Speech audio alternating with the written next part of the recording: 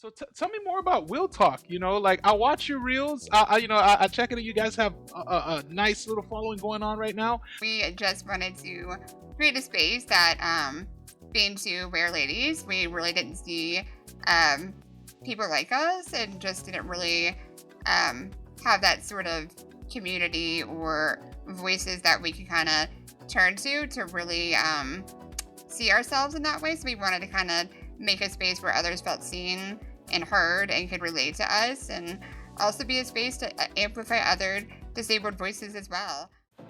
I didn't have the strength that I have now. That's when you really need people who could understand. It really did make a difference. So finding that community, finding that tribe. Or are in that realm of chronic illness and stuff. I barely go through it because I be so focused. Never thought in a million years that would have to happen to me. All those emotions are valid. Every last one of them. I was at a low point. Just kind of removing the stigma. Ladies and gentlemen, this is the Chronic Brew. Welcome back to the Chronic Brew, where we serve the truth, dark, bold, and without sugarcoating. I'm your host, Mr. Cool Beans, and today the caffeine is optional because the energy in this virtual studio is absolutely off the charts right now. When we talk about advocacy, we often hear about awareness, but I think today's guests aren't here to just make you aware. They're here to make you activate. Joining me are two absolute powerhouses in the rare disease space. They are the voices of the Wheel Talk podcast, but more importantly, they are the loudspeakers for a community that is often expected to whisper. Living with an ultra-rare form of congenital muscular dystrophy called Collagen 6, they've taken their lived experience and turned them into a global platform for authentic representation and radical inclusion. They are warriors, they are change makers, and they are here to dismantle and break down the stereotypes that try to define the disability experience. Peeps, I am sitting here with Kelly Berger and Avery Roberts of the Wheel Talk podcast for some real talk. Ladies, welcome to the show.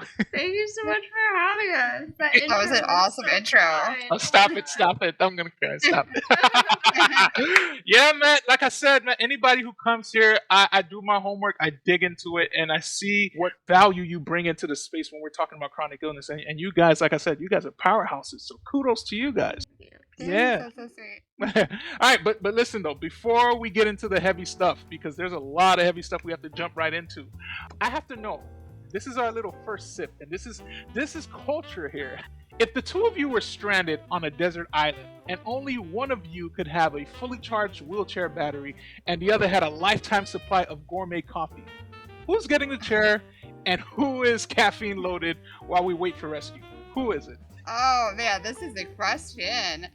Starter question. I feel like Avery is a coffee addict, and I knew this was coming. she would be so mad if she did not get the coffee. So I'm gonna hand the coffee to her and then go get help with my wheelchair, I guess. I don't know. Is that a good answer? I'll take it. I don't know. I feel like there's going to be an outside conversation afterwards. Like, who's really getting the coffee? We're not gonna go at it. Okay, all right. So we've got the survival plan sorted out. One of you is scouting the island, and the other one is the most caffeinated person on the Atlantic. Okay, that's fair. But in all seriousness, though, right? That specific scenario isn't too far from the warrior energy that you both carry every single day. You're constantly navigating environments that just aren't built for you, whether it's a desert island or even a modern city. The resourcefulness is a huge part of that rare experience. So, you both live with Collagen 6, an ultra rare form of CMD. In a world that often lumps all disabilities together, what is the one thing people most consistently get wrong about ultra rare experience? I would just start by saying that we're all the same and all of our hardships are the same. I think everybody's lived experience is different and our needs are all different, so it's hard to say, oh, this person is all the ultra rares are XYZ. I think it's really just about our individual needs basis and just understanding and learning more about each other, instead of getting so caught up on categories and what's all this and that. I think that's kind of the biggest thing. Yeah, I would say I think people tend to assume that rare means like more severe or more tragic in a way, but that's not really it. I think the biggest misunderstanding is that ultra rare means invisible in every system, whether it be like medical or social or educational. And I think Kelly and I are constantly having to like tell and retell our story and having to explain ourselves, even to professionals. And so, there have been advances, but, there is no like real roadmap. There's no built-in support, and like often there's no one who will fully get it in a way. And so it's not just about rarity, it's about kind of like how much we have to self advocate for ourselves, because there's such a lack of I don't know if I'd say awareness, but more of like such a lack of clinicians that are well versed in these ultra rare conditions. That is super frustrating because, like, to have someone who's considered your primary care or your a specialist, and they have no idea how to support you, and to constantly maybe run into that all the time. I feel like what you probably might be running into is a lot of gaslighting, or just dismissal of symptoms. Like, maybe it's just stress. Maybe you should just drink some kale smoothies and move on, or whatever. Right? Absolutely. Sometimes we're often also not screened for like the more common like diseases. Like, we're not screened for diabetes or heart condition. And so it's stuff like that too that I think people don't realize, that people forget that like we can have an ultra rare condition, you can have a chronic illness, and yet still get something on top of that, just like everybody else, and not everything is connected to that underlying condition. Wow, that's good. Yeah, because I feel like maybe a lot of people, the buck stops with them once they see the wheelchair. They're like, oh, they can't get any other comorbidity. And then here comes, congested heart disease. Here comes high blood pressure now. I think if I'm hearing that correct, that's also a part of that invisible side, right? Where people just completely stop at the front gate and just assume like that's all you can have, right? But then you also go through the justification process of like, hey guys, I gotta share my story again because you guys don't get it. Yeah, I think it's so much of like just focusing the needs on the chair that like, oh, well, that's so the focus that everything else is just left out. Like, oh, we won't, worry about, all the other basic, like, a regular physician or a health appointment would be. It's just so much on, okay, let's address all the wheelchair issues and not, the other human side of the other problems that could be spiraling as well that you don't even know because it's just not addressed or ignored, like you said. Wow. Yeah. Yeah, that's frustrating. Yes. You describe yourselves as the loudspeakers. I don't know. I might have to challenge you on that, right? Because right now we're pretty smooth with it. We're pretty smooth right now, but you guys, you do describe yourself as the loudspeakers for voices that are often whispered, right? When did you realize that being polite, that being nice all the time, being polite about your needs wasn't working, and you had to start being bold about, just being bold and impossible to ignore?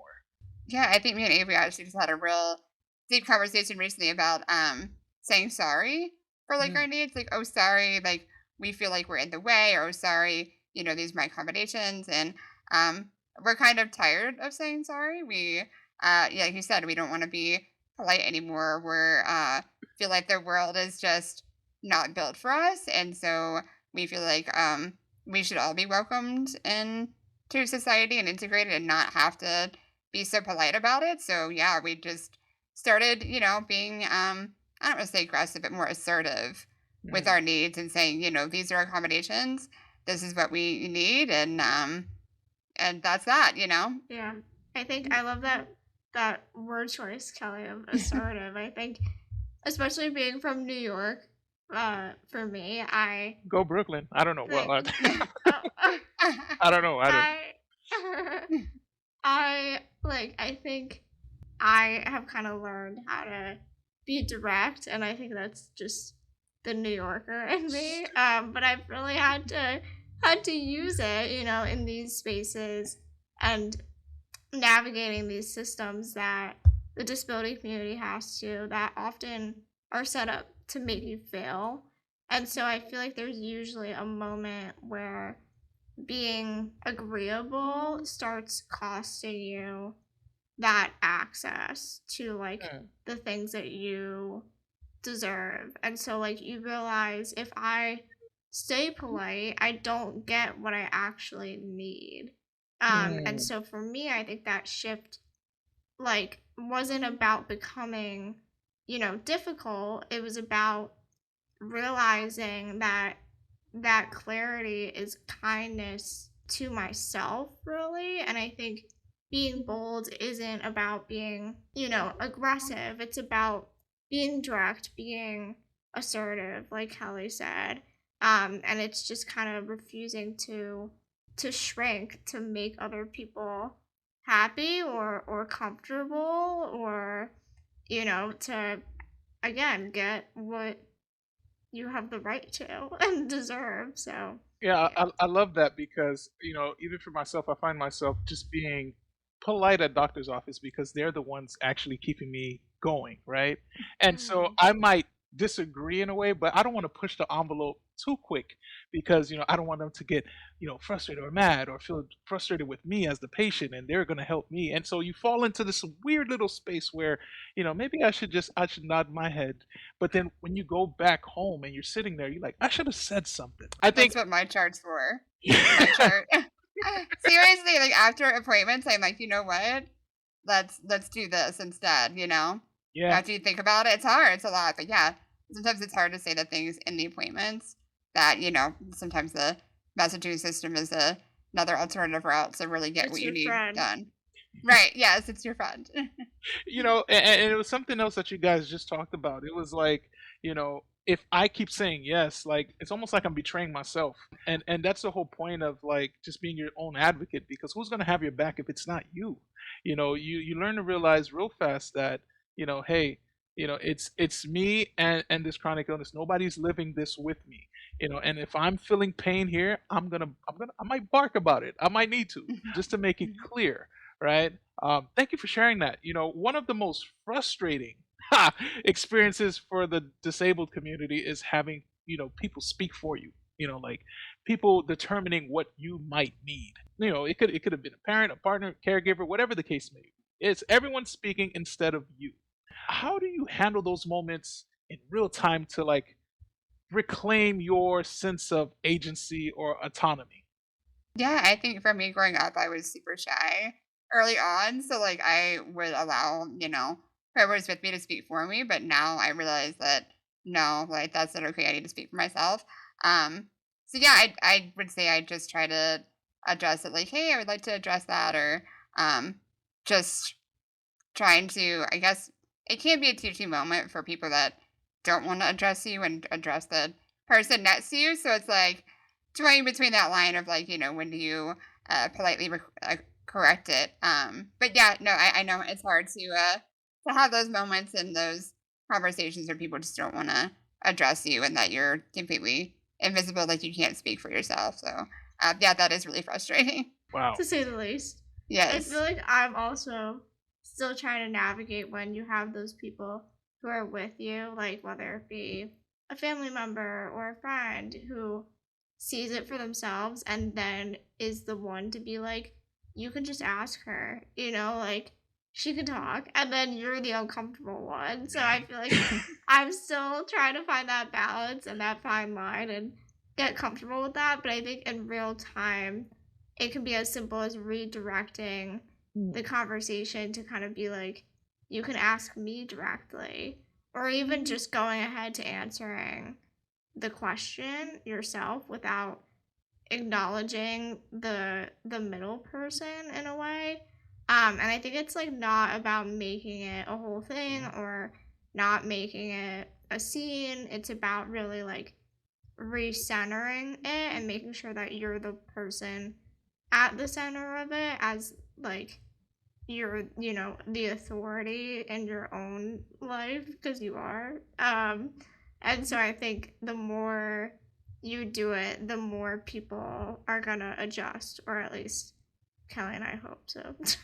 The more Yeah. you do it. I think in the restaurant setting is probably where I get it the most. Ooh. They skip over you and they're like, "What will she have?" Oh yeah, it just And happened the it's other like, day. "Excuse me?" Like, yeah, like they What? just. I That is know it's blood wild. boiling. Oh, I snap. know. Okay. I know. You know, I had a thought. You know, quick side quest. Have you guys ever experienced where someone just assumed the extent of a particular condition that you have?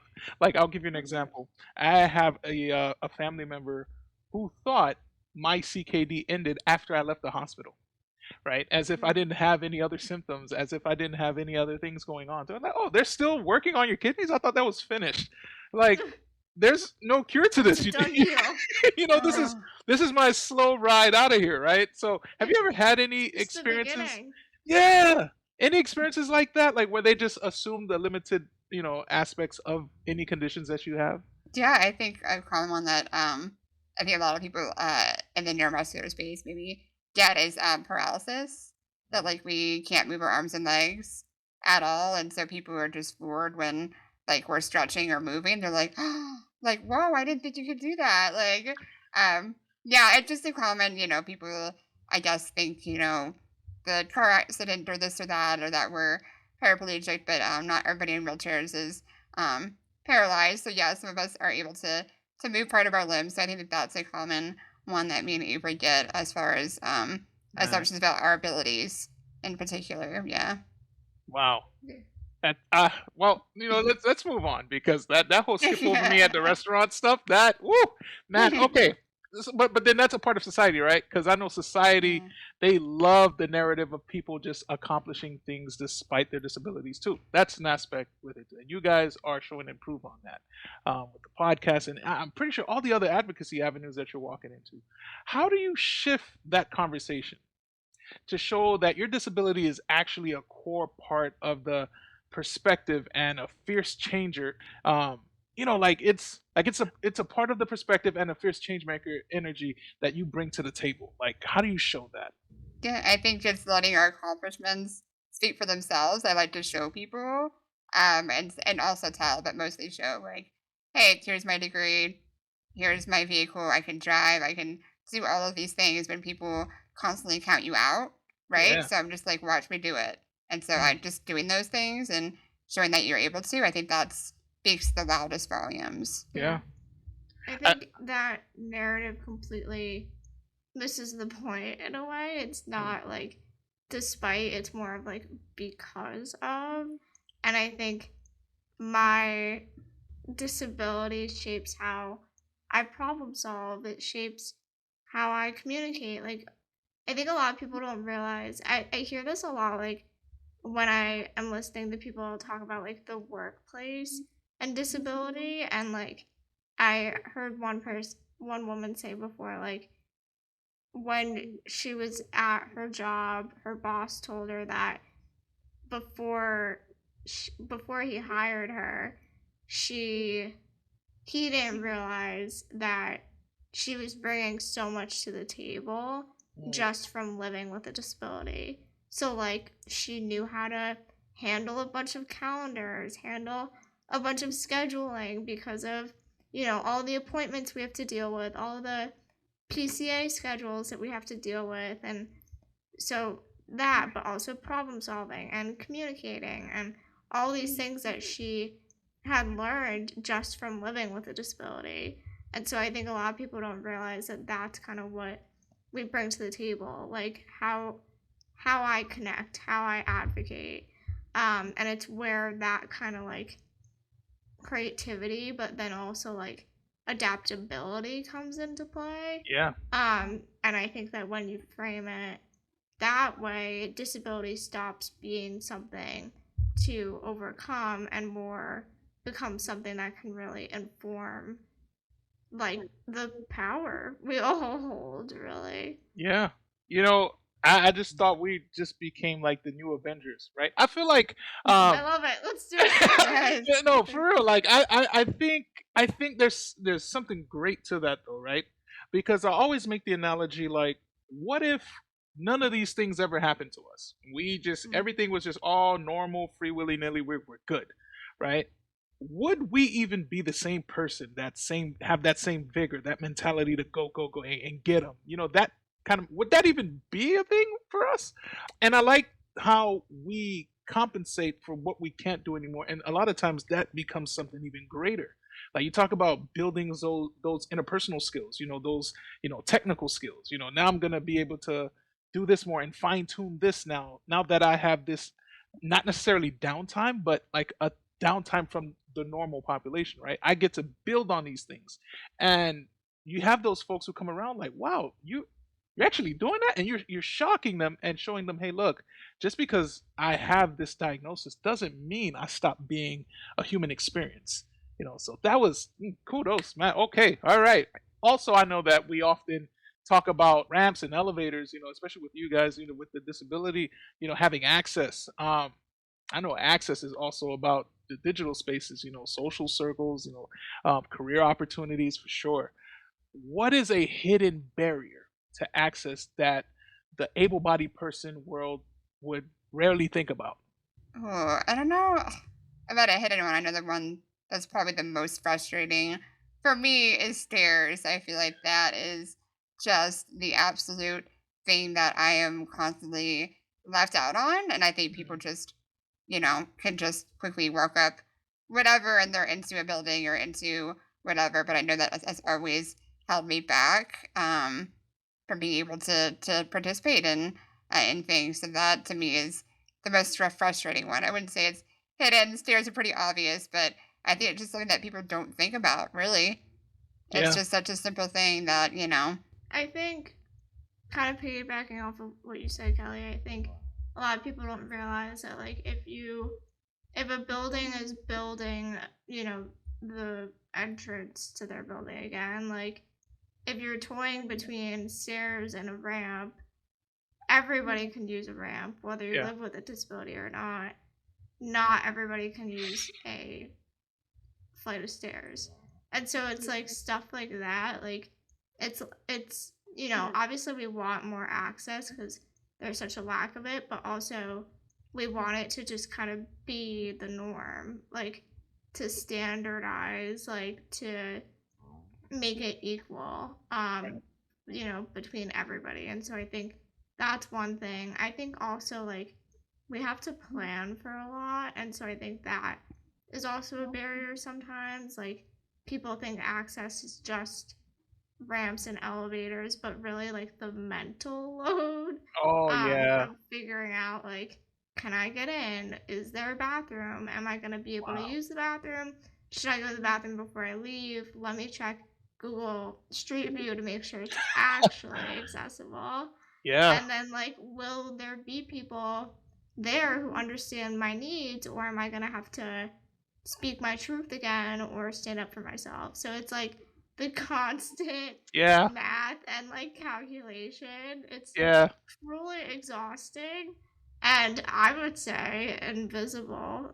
That's a good one. Yeah, the hidden research, the logistics that you don't see, like what it takes for us to get to, a new place or whatever. It's like looking at the info on their website, looking at their, everything to scout it out to see if it's an option. Yeah, it's their interpretation of accessibility might not be our interpretation of accessibility. Right. Like they might be like, oh, you can definitely do that, but then Kelly and I could get there and be like, that's not happening. There's like, still stairs. Yeah. Like, you looked at the first, like, when you're going through like double doors, you looked at the first one, but what about the second one? Like, yeah. It becomes Super Mario World. Like, how are we doing at it, right? I wish, right? So then that bleeds into this next question. What is the most exhausting stereotype that you encounter as a wheelchair user? And I'm just going to also add this one. How does Wheel Talk work to dismantle it without having to perform for an audience? Like, let's tackle that first part. What that exhausting stereotype? So this is a whole episode in itself, right? How many of those that we get? I would just say that we're not capable humans. I think people think that we're sad and we're just alone in our house all day doing nothing. I think me and Avery are grateful that we have very fruitful, active lives and are involved in so many things, and we're super grateful to be a part of those. But I think, yeah, normally people think that we're all just really depressed or just can't achieve or accomplish things, and yeah, that's kind of part of our motivation to just keep showing them, Yeah. like, no, we can do amazing things too.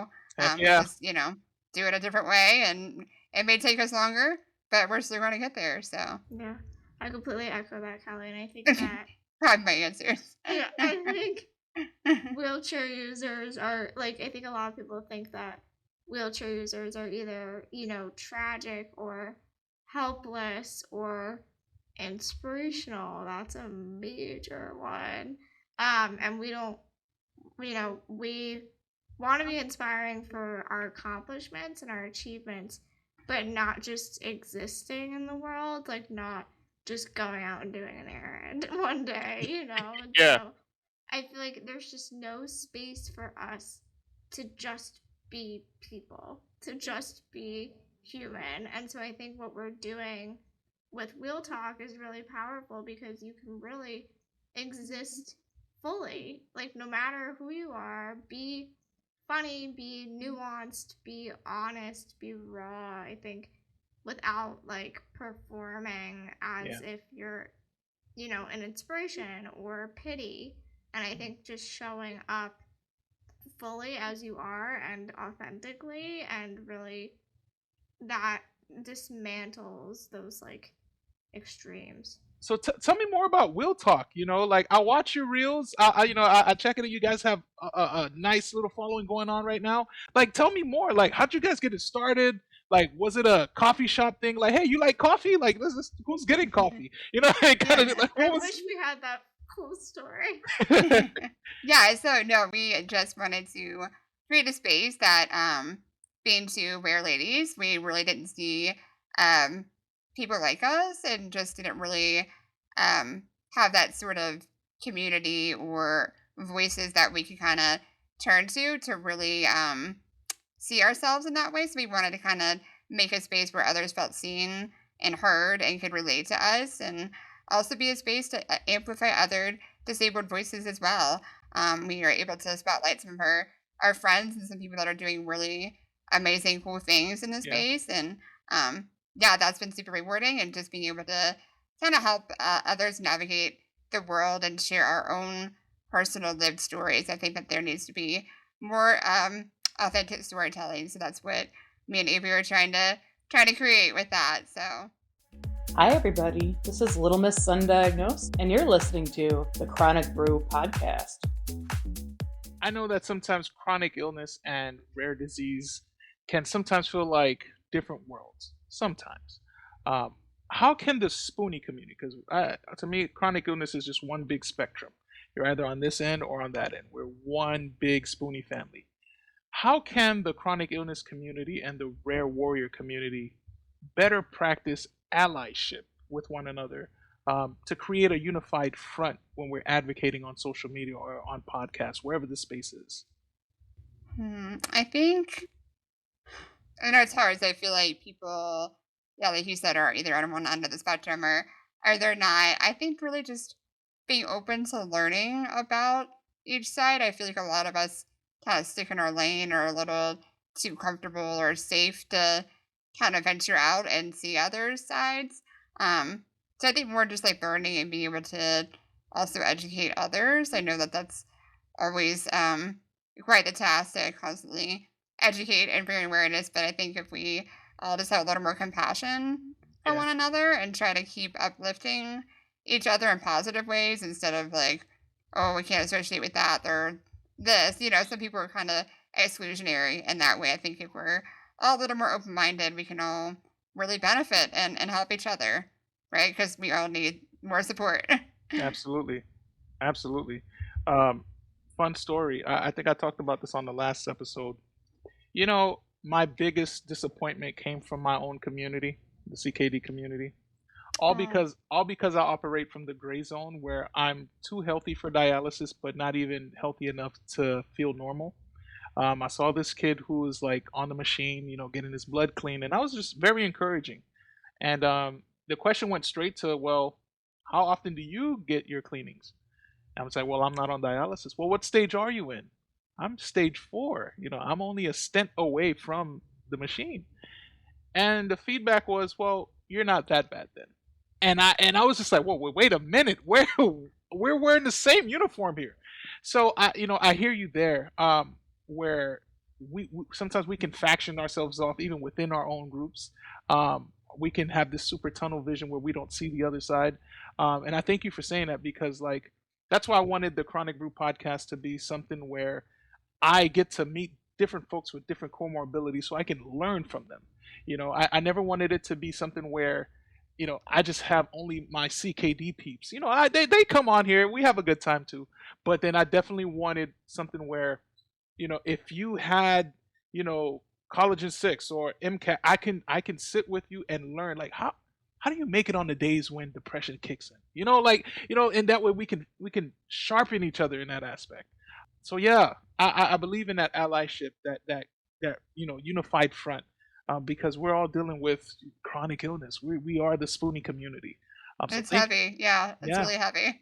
I think that there's so much overlap, like, but sometimes people get siloed.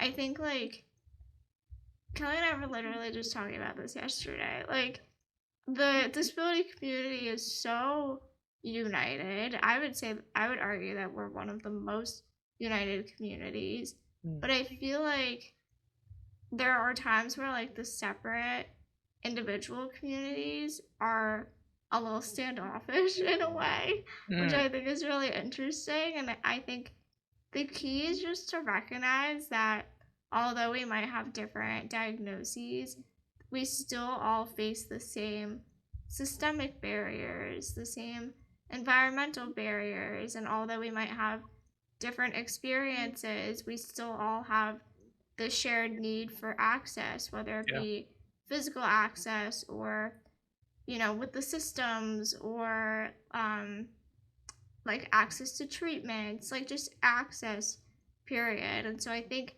allyship is really important, and it looks like amplifying each other and not just like comparing yeah, struggles, also being like, sometimes I think it's a lot of like, you're not disabled enough, or like stuff like that. And I know I probably like, It's cringe. Yeah, it's but it's true. I think we're really like united, and yet I feel like there's a little bit of this like unspoken tension sometimes of like, you're in, for example, like the chronic illness community, and you're in the rare community, like, it's a little like standoffish. It's so weird. yeah. And yet it shouldn't be that way. We all, share commonalities and yet differences, but we should all just be, trying to uplift everybody's experiences. Absolutely. The rare illness community, the chronic illness community. Then you have the zebras right in the middle. Like, where do they fit? you know, um, right. you Where do we know, go? where do they go?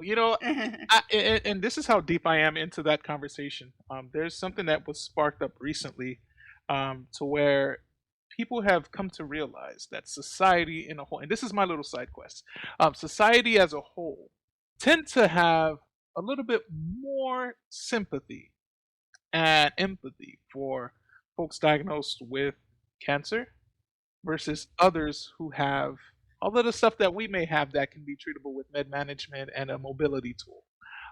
How do you see that play out in your day to day, like cancer versus the rest of those folks? Like, how do you see that? Yeah, I think it's more of maybe a media play, or more the C word is, it's just a heavy word in general. I think Absolutely. there hasn't been anybody that hasn't been touched by cancer in their family or loved ones in some form.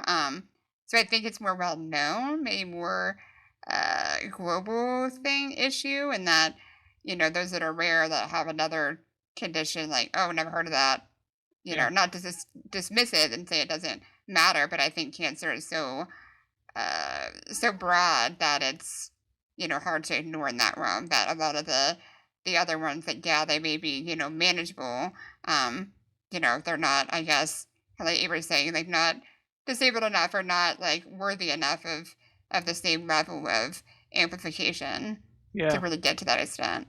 Yeah, I think they're so often overlooked, whereas cancer is just so well known that, yeah, I completely agree, Kelly. Yeah. No, again, I know folks are gonna listen like, what is Mr. Cool Beans I trying to know do they're here? gonna be like, what? Look, Yeah. let me clear Starting the air. beef. This is why we're here though, to have the conversation around those things. It's not a beef thing because, for me, I got diagnosed with stage 1 kidney cancer. So like in essence, I'm a cancer patient as well. But then I do see that conversation playing out where people tend to gravitate or throw attention more towards the C word, whereas you have other folks who are battling real crazy fights as well. And it's not the same energy all around. This is somebody who's not living the normal. And trust me, one day I hope to have someone with a cancer diagnosis just to kind of talk with them and see how they view the other side of the table as well. This is not a beef thing. this is We're not just starting beef. yeah. Starting beef This, right now. No. it's all love. It's all love, and it's all wanting the same level of care for everyone. And I think that might be something that a lot of med pros need to tune into and listen very clearly, because maybe they're the ones pushing the attention or energy towards one versus the other. How many times I've turned on ER and everyone on every episode has the C word, but nobody really has CMD or like what is, come on, let's equity That's of like true. It's representation not in with the narrative. Yeah, right. that's true. That's true. So that was that. Let's move on from that side quest. Man, you both are, you're championing a more inclusive, future for the next generation coming. It starts here with you. You guys are a bridge to that. If a young person with a new CMD diagnosis is listening right now and is feeling overwhelmed by the patient label, what is the first thing that you would want to tell them to let them know about their superpower? That's such a good question. I think first they always say, like, you're not alone. Like, you're allowed to feel your feels. You're valid. All those things. Um, yeah, I would just say this is just the start of things. Like, this is just the beginning of all the amazing things that you can do and achieve. And I think just seek out your community, and they can help bring that out and show you all the ropes and all the resources, and how you can still lead a really beautiful life. Lead a very rich and fruitful life. I think I would say, like, it never, like, don't hesitate to reach out. Like, if you see someone that you really look up to, that you see is thriving, you want to follow in their footsteps, like, reach out. You never know until you try. I think also, like, know that although you might have that patient, label in a way, it only really comes up when it needs to.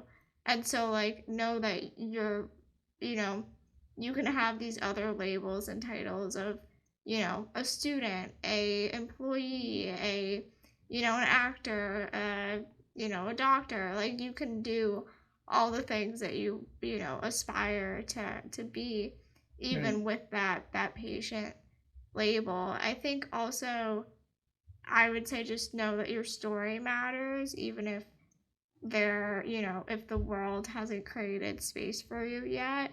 And I think that just know that there is a community out there that will see you, that will hear you, and really value your voice. And sometimes I think the first step is realizing that your experiences are not something to hide, and that they're really something that can bring you to, connections, and can create those connections, and can bring you to that community. And so just know that there is a community out there who is there for you and, is, ready to jump in and share resources and experiences. And, I would say just for anyone out there, if you're listening to this who, is a part of the rare disease community, is a part of the dyspody community, neuromuscular, all the things, Kelly and I are here. Like, we love connecting with people. Please don't hesitate to reach out.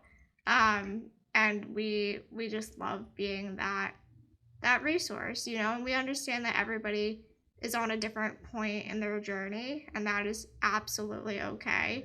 Kelly and I have been there too, and we're at different points in our journey too. And so just know that, like, no matter where you are, there are people here willing to support you, no matter where you're at in your journey. Both great takes, man.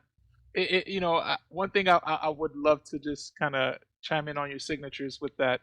I think especially just hearing you guys' story, I think the greatest thing that anyone with any diagnosis could do is get to know the new them.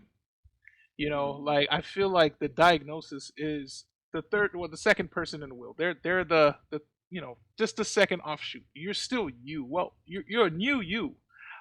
Get to know that person. You'll come to realize that a lot of things have changed, a lot of things have died down, but then there's new things growing up, new things sprouting up in your yard. Go take a look at those flowers that are coming out. You'll be surprised, the interest that are sprouting up for you and how it's radicalizing your new existence. Get to know that superpower, and then you can consider the label of the patient. You're not a patient, you're still you, but just different. All right, ladies, we've covered the deep grind. We've ground up our coffee beans, but now it's time for what I like to call the espresso shot. Who likes espresso? Raise your hand. Yeah, let's do this. All right, so I'm gonna throw 5 quick fire questions at you. Please don't overthink, and it's 2 of you now, right? Yeah, like, you're meeting the most overthinker. Oh! It's bad. Challenge so bad. accepted. All right, no, but for real though, just give me the first thing that pops up in your mind. All right, you guys ready? Okay. All right, we're don't go all at once, okay? What is the one power song that gets you into the headspace to take on the world? We just talked about this. Kelly Clarkson, Stronger. Kelly Clarkson, Stronger. Stronger. And Yeah. can I just say, we It's a banger. agreed upon that for both of us as a pair. That's our collective She answer. just stole it. I just stole the answer. And now I have to think. Spotlight. Okay. I said it first. I count. It still counts. I would say, do I have to pick one song, or can I Just like one song. Okay, genre's cool. I mean, I love country music. Kelly does that. So I love just, unwinding to country music. Okay, a little Jake Get Owen in the sometimes. zone. Yeah. Okay, what is one accessible feature that is actually completely useless? Oh, I never thought of it that way. Ooh. I would say either elevator buttons or push buttons that we can't reach. A Oh, lot of them are so tall that Okay. sitting down you still can't reach it. So that's Wow. like not helpful at all.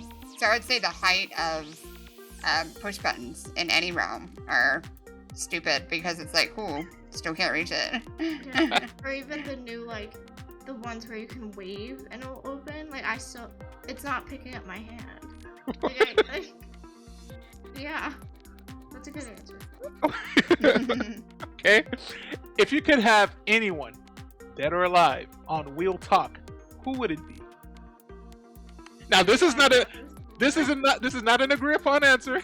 Okay. You We right? have our separate. Okay. I really am a big fan of Hayley Williams. Okay. She's the lead singer of Paramore, a band that I really like and admire, and she's a badass female empowerment lady. I would love to have a conversation with her. Yeah. I think I would say Judy Human. That's a good one too. Disability activist. Unfortunately, she passed.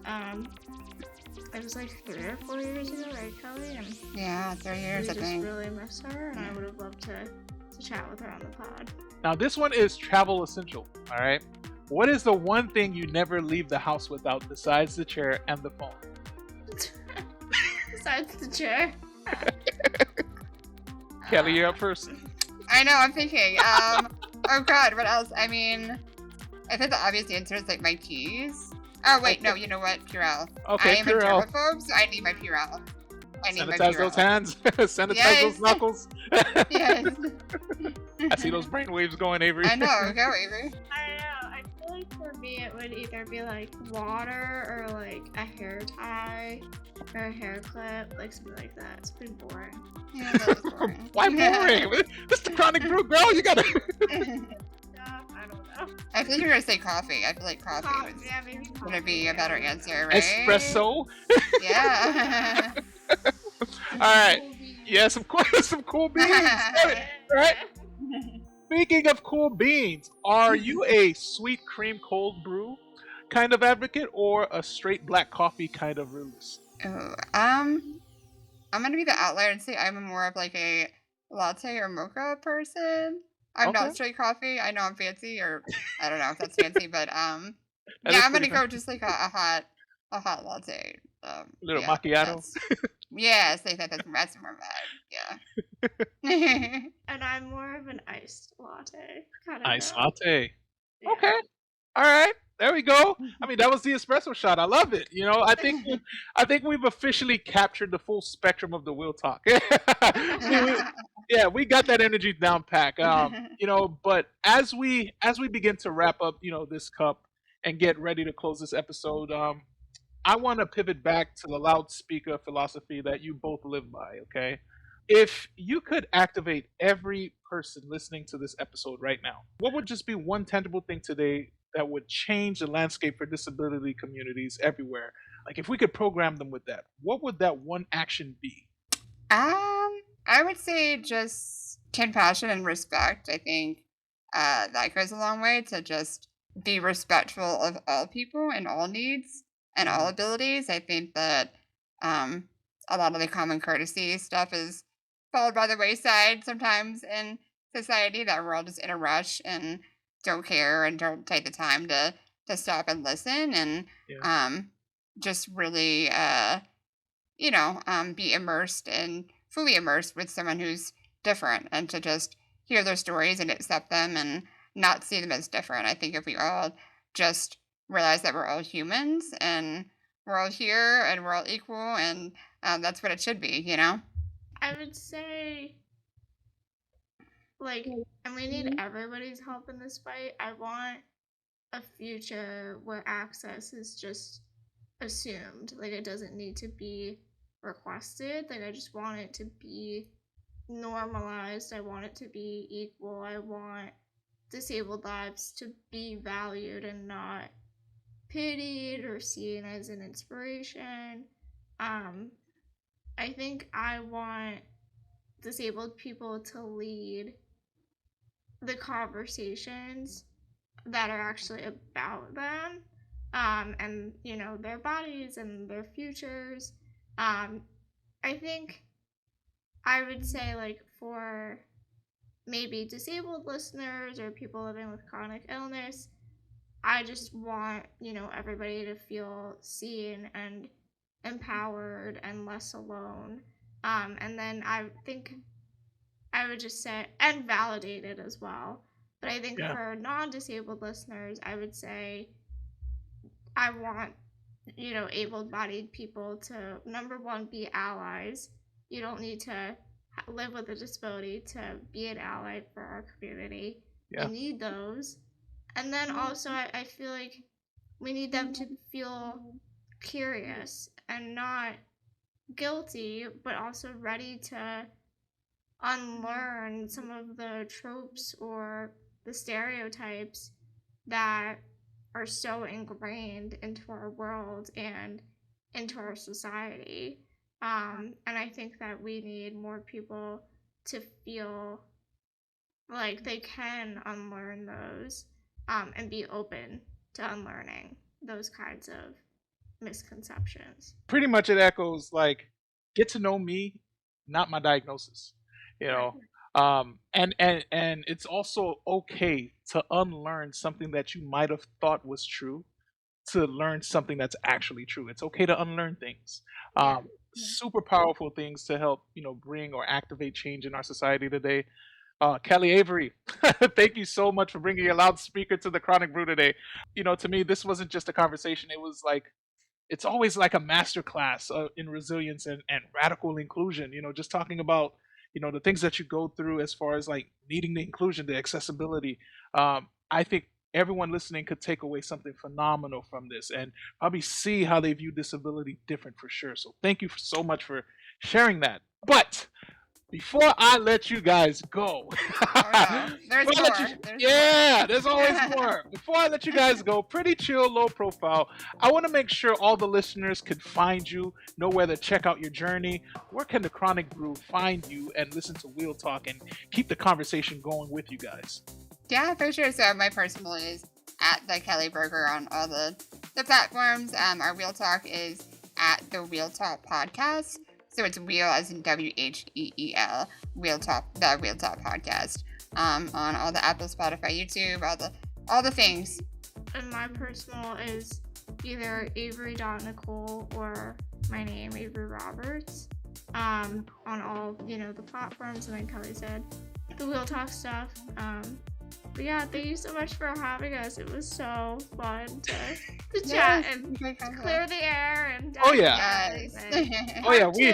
I want a part 2. I love it. Okay, we'll definitely plan for a part 2 later on. But peeps, you heard them yourself, man. Go ahead and follow, subscribe, go listen to the Wheel Talk podcast. Go check them out. I'll have all of the links, all of the tags, all of that stuff in the episode description notes, guys. And to all the listeners, folks, thank you for tuning in for another episode of the Chronic Brew podcast.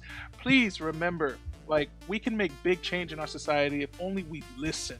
Okay, there's folks out there ready to share their lived experiences, but we have to take away all the earplugs that makes us think we know it all and just listen to the person with the experience, so that way we can grow in our understanding and better enrich in our society for everyone, not just the folks in the chronic illness experience. Okay, so peeps, till next time, that was Kelly, that was Avery, I'm Mr. Cool Beans, we're signing off. This was another one. Catch you on the flip side. Peace.